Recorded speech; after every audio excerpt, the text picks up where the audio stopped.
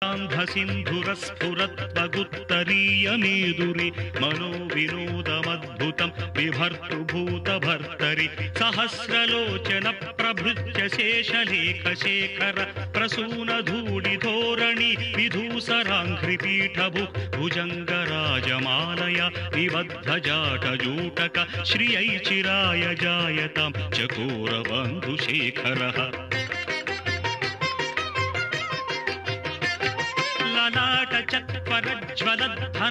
ललाटचत्वरज्वलद्धनञ्जयस्फुलिङ्गभा निपीतपञ्चसायकं नमन्निलिम्पनायकं सुधामयूखलेखया विराजमानशेखरं महाकपालिसम्पदे शिरोजटालमस्तु नः कराळफालपट्टिका धगद्धगद्धगज्ज्वलद्धनञ्जयाहुतिकृत प्रचण्ड पञ्चसायके धराधरेन्द्रनन्दिनी कुचाग्रचित्रपत्रक प्रकल्पनैकशिल्पिनि त्रिलोचने मतिर्मम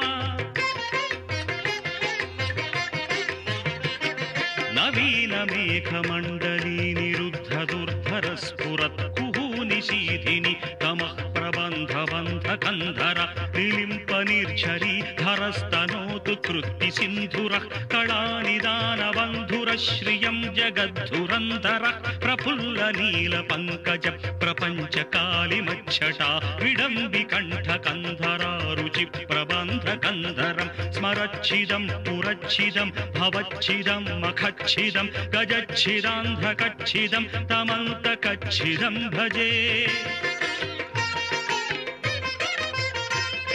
अगर्व सर्वमङ्गला कला कदम्ब मञ्जरी रसप्रवाह माधुरी विजृम्भणा मधुव्रतं स्मरान्तकं पुरान्तकं भवान्तकं मखान्तकं गजान्तकान्धकान्तकं तमन्तकान्तकं भजे जयत्पदभ्रविभ्रम भ्रमद्भुजङ्गमस्फुरत् धगद्धगद्विनिगमत्कराळफालहव्यवट् धिरिद्धिरिद्धिमिध्वनं मृदङ्गतुङ्ग मङ्गलध्वनिक्रम प्रवर्तित प्रचण्ड ताण्डव शिवः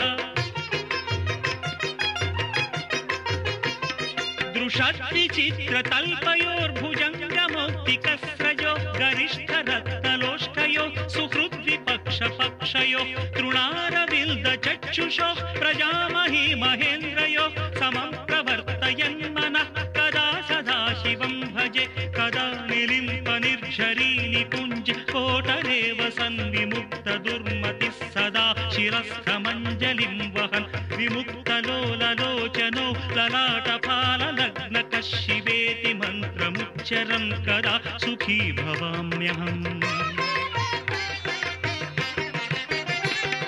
इमं हि नित्यमेव मुक्तमुत्तमोत्तमं स्तवम्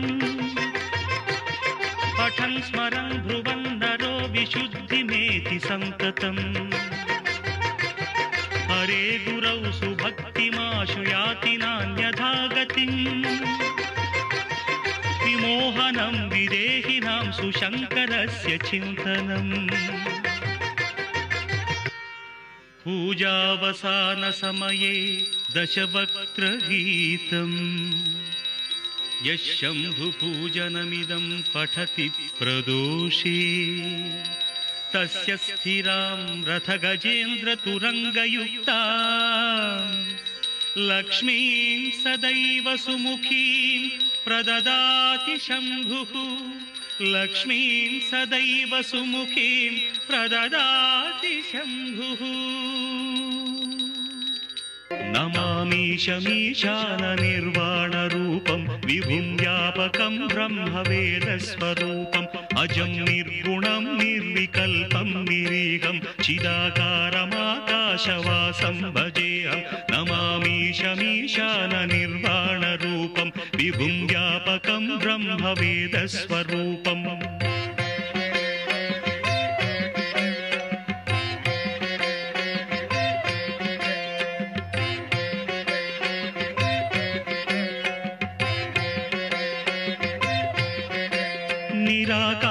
निराकारमोङ्कारमूलं तुरीयं गिराज्ञानगोतीतमीशं गिरीशं कराळं महाकालकालं कृपालं गुणागारसंसारसारं नतोऽहम्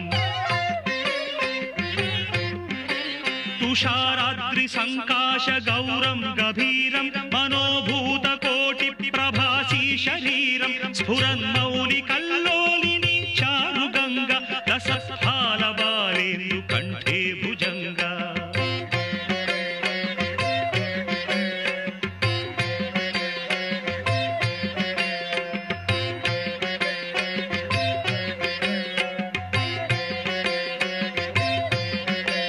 चलत्कुण्डलं शुभ्रनेत्रं विशालं प्रसन्नाननं नीलकण्ठं दयालं मृगाधीश चर्माम्बरं मुण्डमालं प्रियं शङ्करं सर्वनाथं भजामि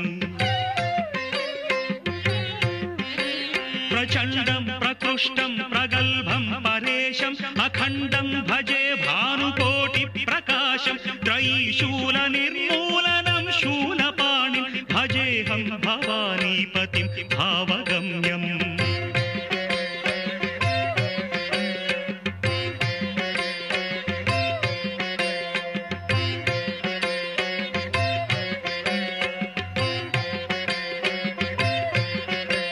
कलातीत कल्याण कल्पान्तकारी सदा सज्जनानन्ददाता पुरारी चिदानन्द सन्दोह मोहापहारी प्रसीद प्रसीद प्रभो मन्मधारी न यावत् उमानाथ पादारविन्दं भजन्ति हलोके परे वानराणां न तावत् सुखं वापि सन्तापनाशं प्रसीद प्रभो सर्वभूताधिवास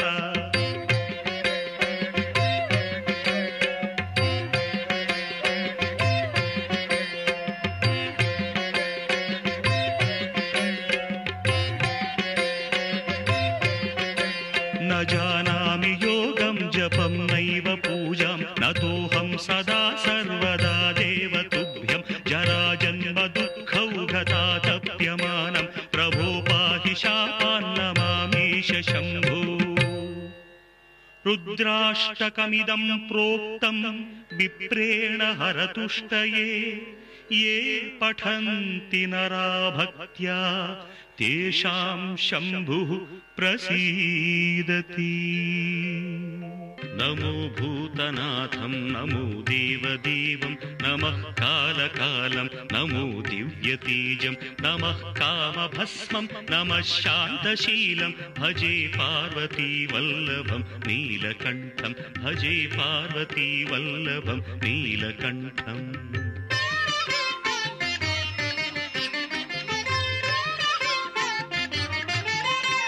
सदा तीर्थसिद्धं सदा भक्तरक्षं सदा शैव पूज्यं सदा शुद्धभस्मं सदा ध्यानयुक्तं सदा ज्ञानकल्पं भजे पार्वतीवल्लभं नीलकण्ठं भजे पार्वतीवल्लभं नीलकण्ठम्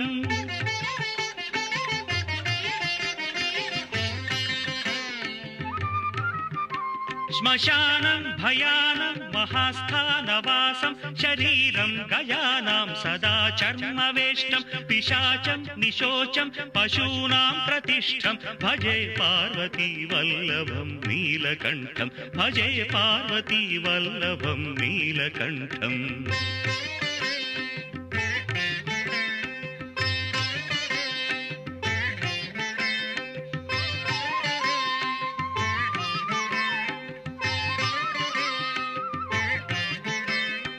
फणीनागकण्ठे भुजङ्गाद्यनेकं कडेरुण्डमालं महावीरशूरं कटिव्याघ्रचर्मं चिताभास्मलेपं भजे पार्वतीवल्लभं नीलकण्ठं भजे पार्वतीवल्लभं नीलकण्ठम्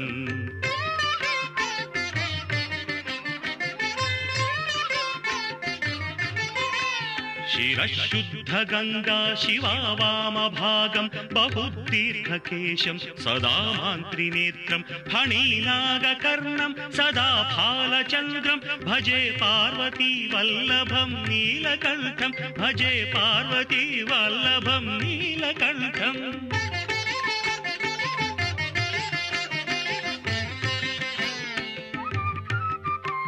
करे शूलधारं महाकष्टनाशं सुरेशं वरेशं महेशं जनेशं धने चारुधीशं ध्वजेशं गिरीशं भजे पार्वती वल्लभं नीलकण्ठं भजे पार्वती वल्लभं नीलकण्ठम्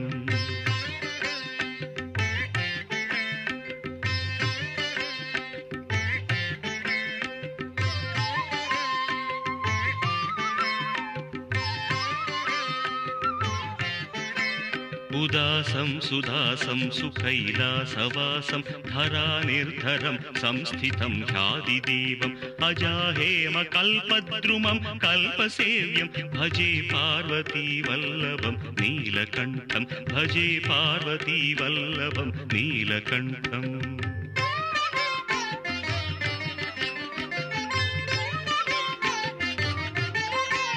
मुनीनां वरेण्यं गुणं रूपवर्णं द्विजासं पठन्तं शिवं वेदशास्त्रम् अहो दीनवत्सं कृपालं शिवं हि भजे पार्वती वल्लभं नीलकण्ठं भजे पार्वती वल्लभं नीलकण्ठम्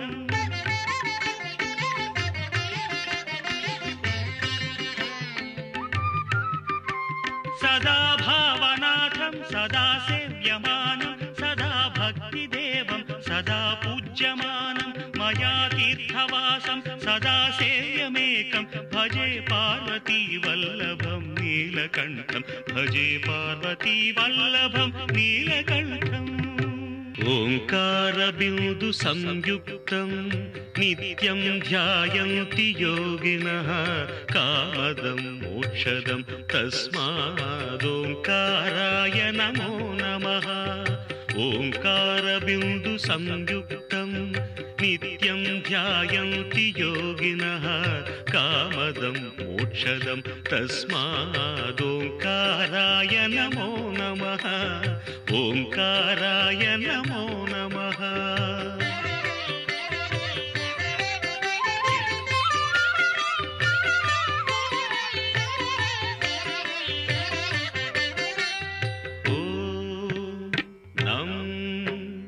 नमन्ति मुनयः सर्वे नमन्त्यप्सरसाङ्गणाः नराणामादिदेवानां नकाराय नमो नमः नकाराय नमो नमः ॐ मं महत्तत्त्वं महादेवप्रियं ज्ञानप्रदं परम् महापापहरं तस्मात् मकाराय नमो नमः मकाराय नमो नमः ॐ शिवं शान्तं शिवाकारं शिवानुग्रहकारणं महापापहरं तस्मात् शिकाराय नमो नमः शिकाराय नमो नमः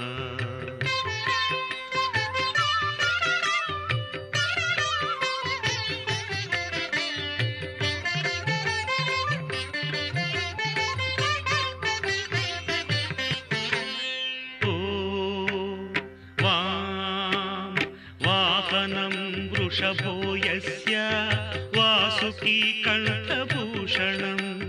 वामशक्तिधरं देवं वकाराय नमो नमः वकाराय नमो नमः ॐ यकारे संस्थितो देवो यकारं परमं शुभं यं नित्यं परमानन्दं यकाराय नमो नमः यकाराय नमो नमः ॐ यः क्षीराम्बुधिमन्थनोद्भव महाहालाहलं भीकरं दृष्ट्वा तत्र पलायिता सुरगणा नारायणादिन्तदा नारायणादिन्तदा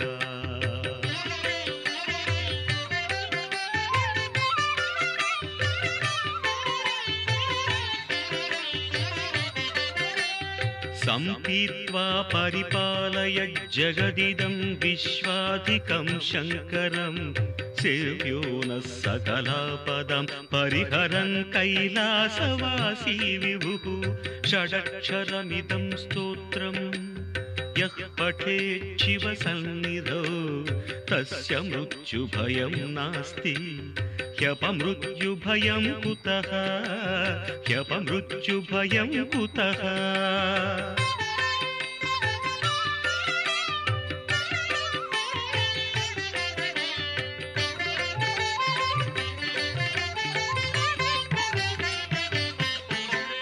यत्कृत्यं तन्न कृतं यदकृत्यं कृत्यवत्तदाचरितम् उभयो प्रायश्चित्तं शिव तव नामाक्षरद्वयोच्चरितं तव नामाक्षरद्वयोच्चरितं शिव शिवेति शिवेति शिवेति वा भव भवेति भवेति भवेति वा हर हरेति हरेति हरेति वा भज नमः शिवमेव निरन्तरं भज नमः शिवमेव निरन्तरम् ॐ नमः शिवाय ॐ नमः शिवाय ॐ नमः शिवाय नागेन्द्रहाराय त्रिलोचनाय भस्माङ्गरागाय महेश्वराय नित्याय शुद्धाय दिगम्बराय तस्मै नकाराय नमः शिवाय मन्दाकिनी सलिल चन्दन चर्चिताय नन्दीश्वर प्रमथनाथ महेश्वराय मंदार मुख्य बहुपुष्प सुपूजिताय तस्मै मकाराय नमः शिवाय शिवाय गौरीवदनारविन्दसूर्याय दक्षाध्वरनाशकाय श्रीनीलकण्ठाय वृषभध्वजाय तस्मै शिकाराय नमः शिवाय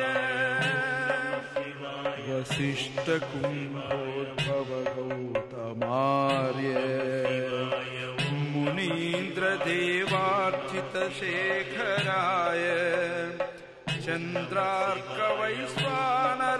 चन्द्रार्कवैश्वानरलोचनाय तस्मै वकाराय नमः शिवाय यक्षस्वरूपाय जटाधराय पिनाकहस्ताय सनातनाय दिव्याय देवाय दिगम्बराय तस्मै यकाराय नमः शिवाय नमस्ते देव देवेश नमस्ते परमेश्वर नमस्ते वृषभारूढ नकाराय नमो नमः महादेवं महात्मानं महापातकनाशनं महापापहरं वन्दे मकाराय नमो नमः शिवं शान्तं जगन्नाथं लोकानुग्रहकारकं शिवमेकं परं वन्दे शिकाराय नमो नमः वाहनं वृषभो यस्य वासुके कण्ठभूषणम् वामे शक्तिधरं वन्दे मकाराय नमो नमः यत्र कुत्र स्थितं देवं सर्वव्यापिनमीश्वरम् यल्लिङ्गं पूजये नित्यं यकाराय नमो नमः नमः शिवाभ्यां नवयौवनाभ्यां परस्पराश्लिष्टवपुर्धराभ्यां नगेन्द्रकन्या वृषकेतनाभ्यां नमो नमः शङ्करपार्वतीभ्याम् ॐ निधनपतये नमः ॐ निधनपतान्तिकाय नमः ॐ ऊर्ध्वाय नमः ॐ ऊर्ध्वलिङ्गाय नमः ॐ ॐ हिरण्याय नमः ॐ हिरण्यलिङ्गाय नमः ॐ सुवर्णाय नमः ॐ सुवर्णलिङ्गाय नमः ॐ दिव्याय नमः ॐ दिव्यलिङ्गाय नमः ॐ भवाय नमः ॐ भवलिङ्गाय नमः ॐ शर्वाय नमः ॐ शर्वलिङ्गाय नमः ॐ शिवाय नमः ॐ शिवलिङ्गाय नमः ॐ ज्वलाय नमः ॐ ज्वललिङ्गाय नमः ॐ आत्माय नमः ॐ आत्मलिङ्गाय नमः ॐ परमाय नमः ॐ परमलिङ्गाय नमः ॐ एतः सोमस्य सूर्यस्य सर्वलिङ्गस्थापयति पाणिमन्त्रम् पवित्रम् ॐ शिवो महेश्वरः शम्भुः पिनाकेशशेखरः वामदेवो विरूपाक्षः कपर्दे नीललोहितः शङ्करः शूलपाणिश्च कट्वाङ्गी विष्णुवल्लभः शिपिनी अम्बिकानाथः श्रीकण्ठो भक्तवत्सलः भवः सर्वत्रिलोकेशः शितिकण्ठः शिवाप्रियः उग्रः कपर्दे कामारी अन्धकारसूदनः गङ्गाधरो ललाटाक्षः कालकालः कृपानिधिः भीमः परशुहस्तश्च मृगपाणिर्जटाधरः कैलासवासी कवची कठोरः त्रिपुरान्तकः वृषाङ्को वृषभारूढो भस्मोद्धूलितविग्रहः सामः प्रियः सर्वमयः त्रयमूर्तिरनीश्वरः सर्वज्ञः परमात्मा च सोमसूर्याग्निलोचनः अवीर्यज्ञमयः सोमः पञ्चवक्त्रः सदाशिवः विश्वेश्वरो वीरभद्रो गणनाथः प्रजापतिः हिरण्यरेता दुर्धर्षो गिरीशो गिरीशोनखः भुजङ्गभूषणो भर्गो गिरिधन्वा गिरिप्रियः कृत्तिवासः पुरारातिर्भगवान् प्रथमाधिपः मृत्युञ्जयः सूक्ष्मतनुर्जगद्व्यापी जगद्गुरुः व्योमकेशो महासेन जनकश्चारुविक्रमः रुद्रो भूतपतिर्स्थाणुरविर्गुञ्जुर्दिगम्बरः अष्टमूर्तिरनेकात्मा सात्विकः शुद्धविग्रहः शाश्वतः कण्डपरशुरजः पापविमोचनः